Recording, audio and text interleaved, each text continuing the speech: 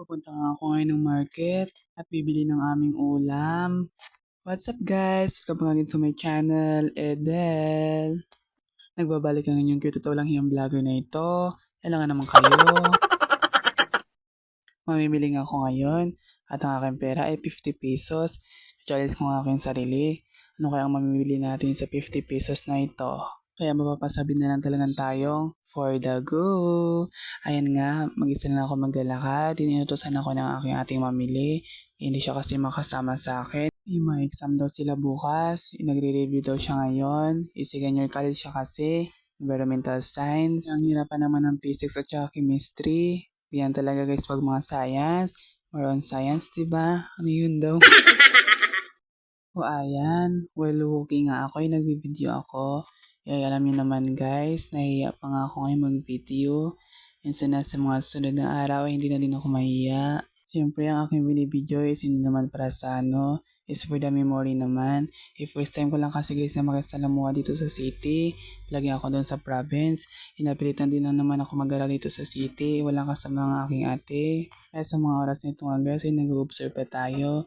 Ikaw paano nga ba magtawid? Lahat-lahat kailangan natin muna i-observe para hindi pa tayo matawanan ng iba at para dito yung may judge. Alam niyo ng iba, ididma lang naman talaga yung mga judge na yan. O ayan na nga, for the first, bibili tayo ng itlog. Isa lang din naman ang bibiliin ko with the worth of 10 pesos. O ayan, di ba? 40 na lang naiwan kong pera. Ito na naman, ulam na naman aking bilhin para ngayong gabi. Ayan na, nakabili na ako ng pakbit. Iyan ang naman ang kaya naming bilhin for the 10 pesos.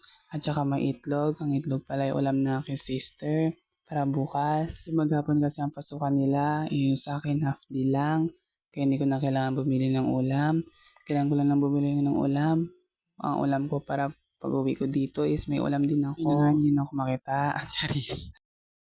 Ayun ang guys yung ulam ko. O ang gastos ko din mga it's 20 pesos. O malaki-laki pa yung natira. May 30 pesos pa.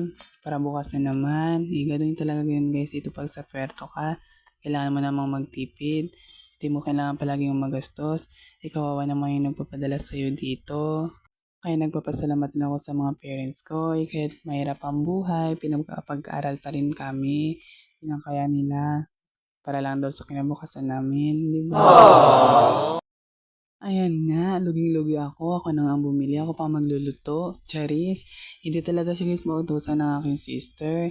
Inalamin naman, hindi ako ganong marunong magluto. Ibata pa ako kasi yan sa mga paglulutong iyan. Charis. Ayan nga, lulutuin kong ulam ngayon ay pakbit with Maggi. Ang sarap kaya nun guys. Hindi pa yun ba natin itry nyo. Yan, unang step siyempre guys. Ipabalatan po muna natin. Hindi ko muna pala yan hinugasan. Babalatan ko pala. Pagkatapos kong balatan, ibawa ko sila hugasan. Para naman malinis. Hindi natin alam kasi.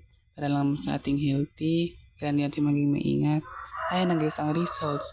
Maggi with pakbit. Napakasarap yan. Kaya itry nyo na lutuin, no? Tapos kung maluto nyo, ipakita nyo sa akin. Ayan, with the hot of rice. Ang sarap. Hanggang dito na lang aking video.